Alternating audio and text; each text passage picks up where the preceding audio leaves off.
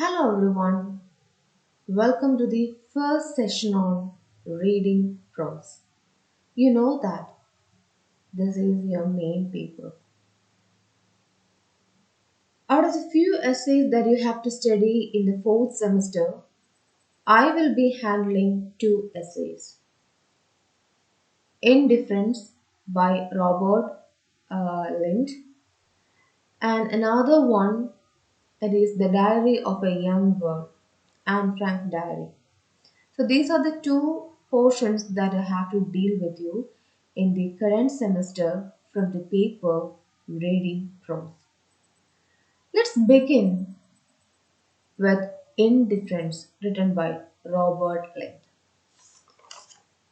As you know that in many of the sessions, before I move on to the discussion, I would like to ask you regarding the title of that particular chapter.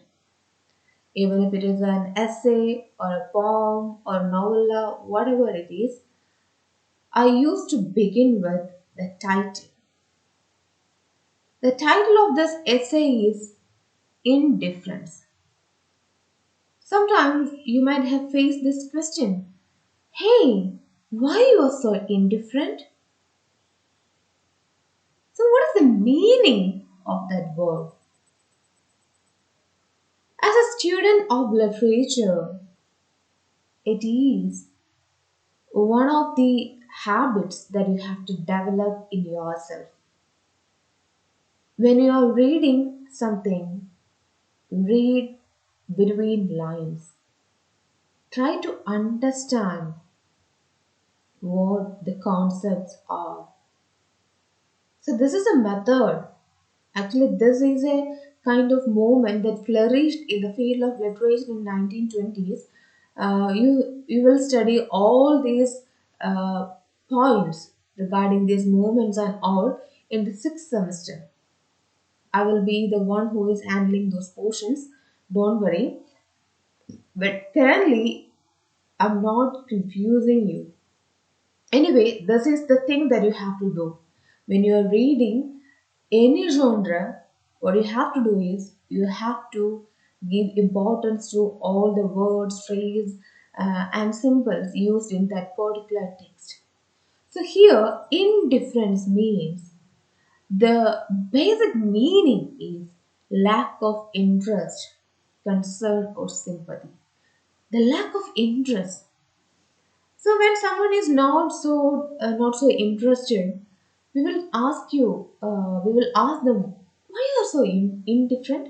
For example, there is a celebration is going on in your home, but you are not participating in it. You are avoiding the situation. When somebody call you for some help, you will say that, oh, no, no, no, okay, you carry on. Otherwise, you will close your door and you will stay back in your room itself. So, in that situation, someone might ask you that question, why you are so indifferent? Why you are not participating in all these things? So, why you are so indifferent? So, indifferent means the lack of interest. So, before I move on to the essay, I would like to introduce the essayist, the author of this essay, Robert Lind. I hope this name is familiar to you. When you studied history of English literature, you might have come across this writer, this essayist, who belongs to the 20th century literature. One of the greatest essayists of the 20th century literature, that is Robert Lind, and his nationality is not Britain. He is a Irish writer. Okay, then as an essayist, he followed the footsteps of Goldsmith, Charles Lamb, and R.L. Stevenson. So, Goldsmith, Charles Lamb, these were some of the British writers, British essayists, and though he belongs to 20th century, he followed the writing style. He followed the footsteps of these British writers. His writings were so charming, and most of the essays were delightful. So, these are the peculiarities of Robert Lynch's essays. It covers a wide range of topics. When you analyze Wordsworth, a poet, we can identify the features in his writing.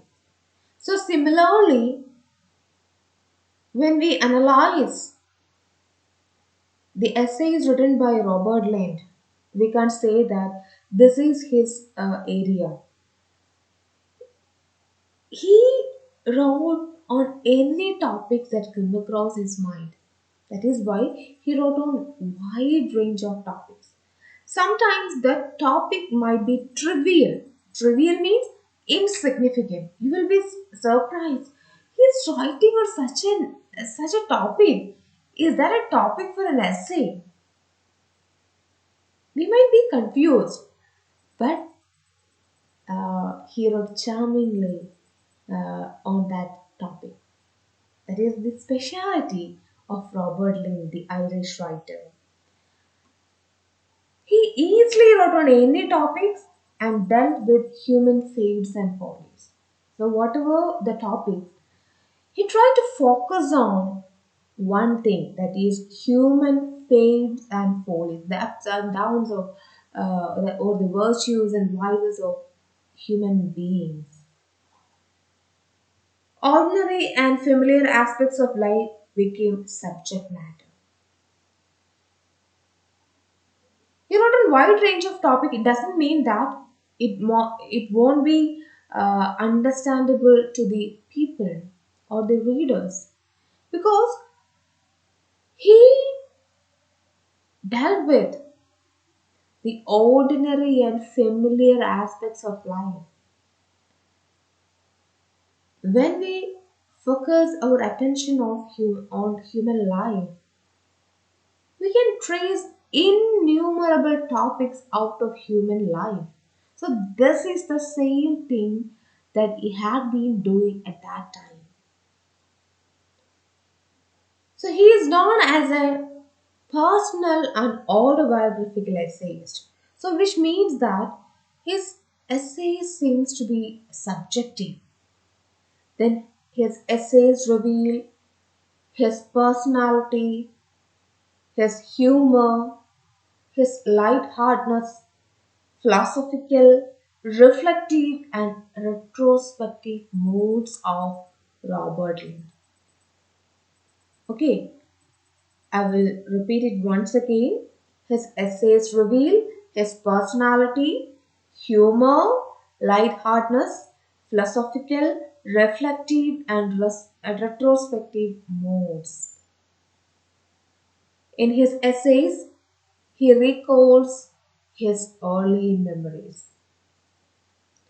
So, all the essays, it has something to do with his life, something to do with his early memories.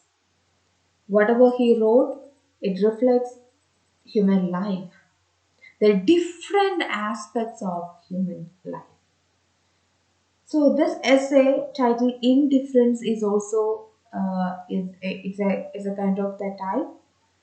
So let's see what is the topic or what are the aspects that he would like to discuss in this essay. Let me move on to the PDF of the essay.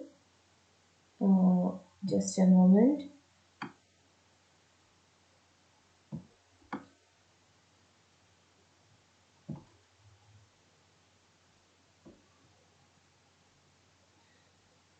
Okay, this is the essay.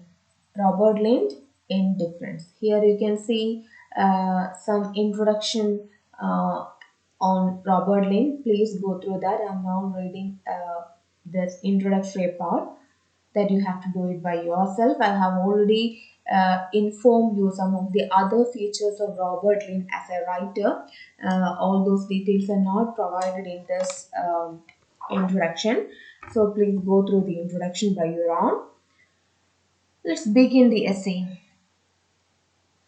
I was taking tea in the rooms of a fine scholar in King's College, Cambridge, the week before the Oxford and Cambridge rugby match, when, in order to bring the conversation, or the lack of it, so he is narrating one of his memories. So he is saying that one day, when he was a scholar in King's College, it is a college which comes under Cambridge University.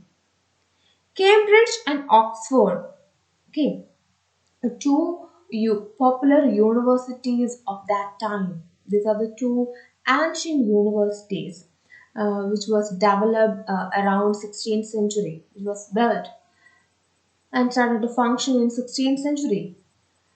So he was in King's College and he was a scholar at that time, and he was having a tea. So that time it was a week before the rugby match between Oxford and Cambridge. Rugby means it's a kind of football match. So the conversation is going on regarding the rugby match. The lack of it, a little nearer my own intellectual level, I asked a brilliant novelist who was present. Are you going to the match next Tuesday? So he knows that. At that time, Robert Lynn, he knows that there is a match is going to happen in the next week. So when he was drinking the tea, a novelist is sitting nearby and he asked him, are you going to the match next Tuesday? So the match is on Tuesday next week. He looked at sincerely, puzzled, as if I had addressed him in Gaelic. So the novelist's response is like this. So he suppose if I am the novelist and he asked me the question. So I was reading or having tea or something, whatever it is. Immediately he looked. What? What are you talking? He couldn't understand. Seeing the response of the novelist, Robert like think, what? Am I speaking in Gaelic? What is Gaelic? Gaelic is the language of Celts. Who, who is Celt? The original inhabitants of Britain. I hope you remember. You might have studied. You not might have. You have studied it in history of English literature. This is the first thing that you have been studying in that paper. So, eh, did I address him in Gaelic language? Finally, the novelist responded, Mr. Litt, what match? I don't get you. What match are you talking on? He asked gently. See, he was a polite man. First of all, he didn't understand and he gave a puzzled look. Then he asked him, what match? I don't understand what you are saying, Mr. Light. I explained to him that a football match was to take place in the following week, a match in which the fate of his beloved university would be involved, or at least seemed to be involved, for about an hour and a half. So he said that, hey, I'm talking about that football match that is going to happen in the next week. So in that match, uh, the fate of our university, Cambridge University, is involved. Might be involved. So first of all, he said that it would be involved. Then he said that I'm not sure. Might be involved. Anyway, the fate of our university involved at least for 1.5 hours. So that football match time, it lasts up to 1.5 hours. So he said that uh, our university's fate is involved in that football match. I'm talking about that match. Honestly, that man, that novelist, responded with a look of surprise. Oh, I hadn't heard about it. Had you? Oh, I'm sorry, Lind, I haven't heard about it. Oh, you had, isn't it? He asked, turning to our host. So he replied to Robert Lynn like this: I hadn't heard about that match, and there's a host there. As in some other person. So the novelist asked that person, had you? Our host declared that the news came as a complete surprise to him also. Even the host didn't know about that match. Another scholar who was present on being questioned on the matter admitted that he had gathered in the course of a recent conversation that some important match was going to be played somewhere. At least there is some person presented there. And that scholar, another scholar who was present there, he said that, yeah, I heard about that match in one of the important conversation that I had listened earlier. Some important match is going to happen somewhere. I don't know where it is going to happen. So anyway, I heard about a match. At least I know that. But he did not know that it was to be against Oxford. That scholar, he said that I know there is a match is going to happen, but I didn't know that it was a match going to happen in between Cambridge University and Oxford University.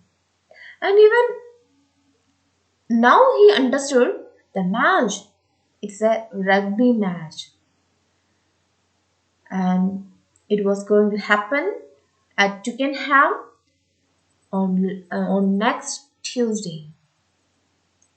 So simply, Robert Lind, he is talking on the different attitude of people in the same college. All the four persons involved in this conversation, they belong to King's College, which comes under Cambridge University. But surprisingly, they all are indifferent about this match. Robert Lind, who knows very details about the match. Another scholar present there, he knows something regarding it. For him, okay, anyway, there is a match. He didn't give much importance. And to other person, the host and the novelist, they don't even have an idea, and they're not interested in it at all. So see the different attitude of people regarding the same topic or same subject. It astonished me to find that men who were learned in every details of the struggles between Athens and Sparta, between Rome and Carthage, could be indifferent to a struggle almost at their own doors. A struggle too. So Robert Lind, he astonished after seeing the response of three other persons. Oh my God, this person, they belong to this college. They know about the struggle between Athens and Sparta. So the Athens and Sparta, two Greek nations, there was a war in between them in between 431 and 405 BC, and that war is known as Peloponnesian War. In that war, Sparta won at last, and these people, the university people, the kids, the college people, the students, the scholars, they know uh, details about this war happened earlier.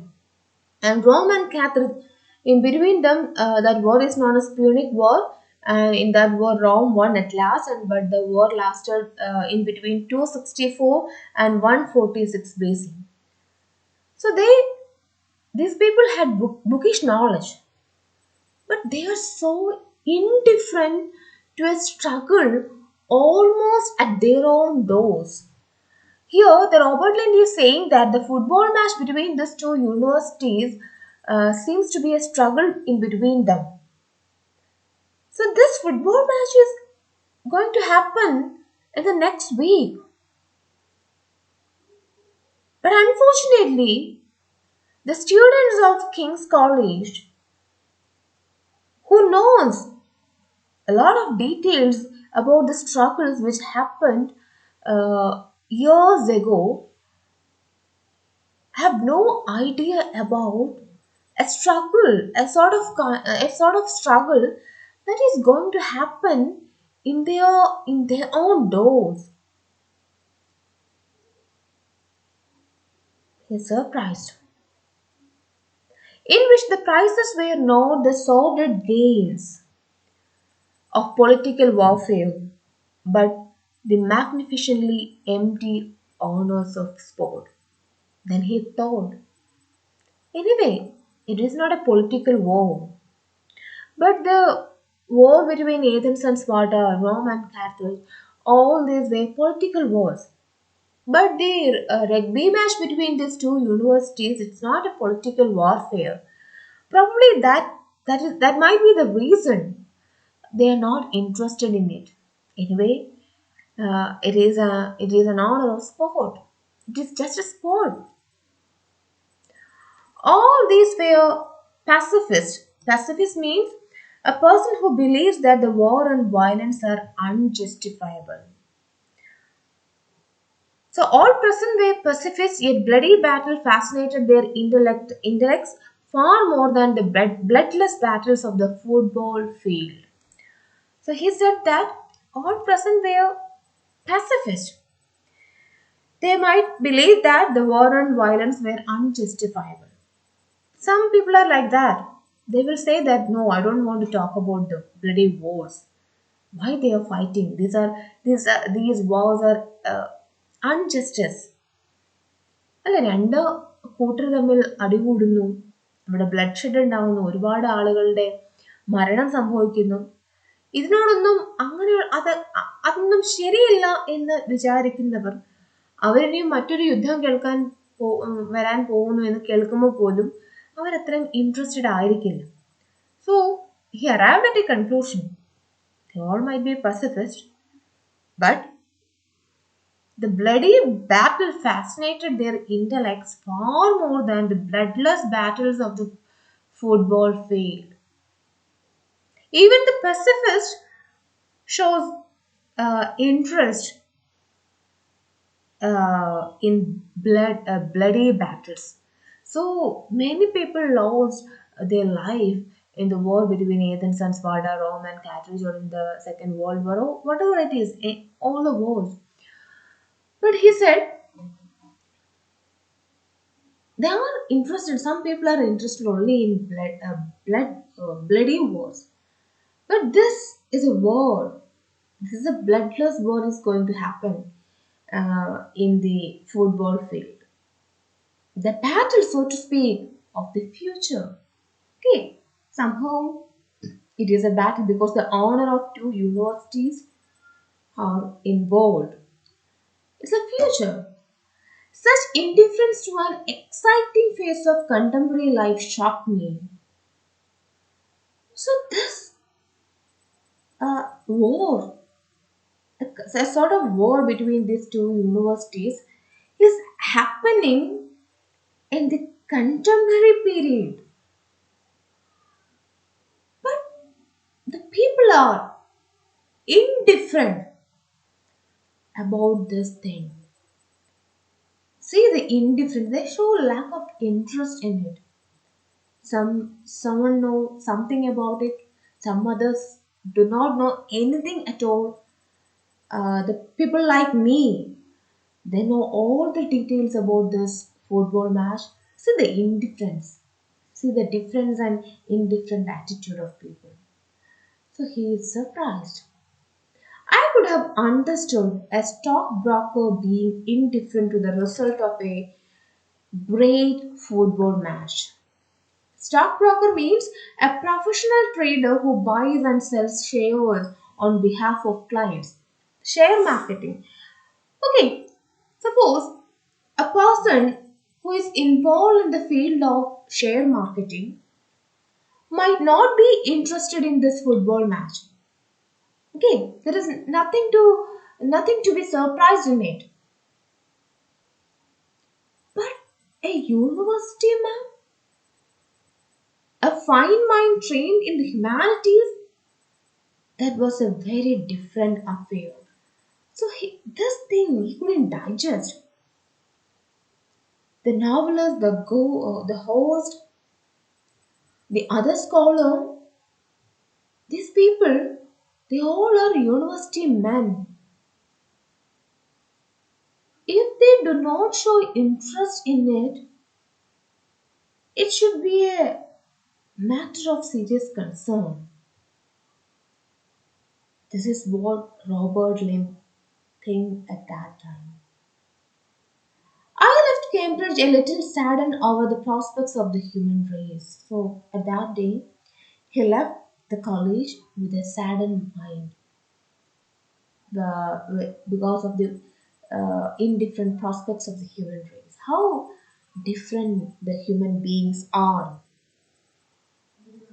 And yet, I reflected as I sat in the London bound train, each of us must be indifferent to something. So he is going back and he is in a train.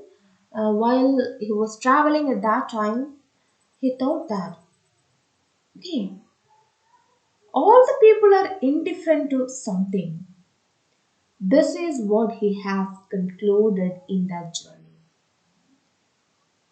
Each of us must have a talent for indifference if we are to have power to concentrate on the things that we were sent into the world to do. So he said that being indifferent is a talent. Can you imagine? Being indifferent is a talent. But Lynn said, yes, it is. It is a talent. Suppose I have a mind to concentrate on a particular thing, but at the same time, I might be indifferent to some other thing.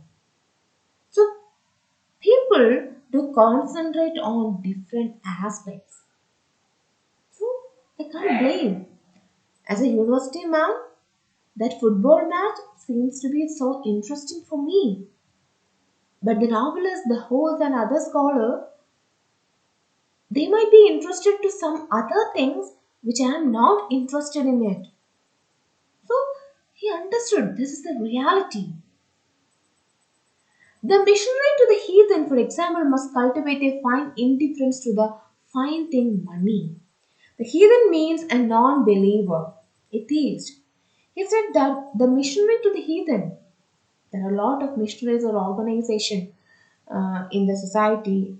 So this a non believers has also a society. He said that he's of the opinion that the people who belongs to this institution, they might have an indifferent attitude towards money,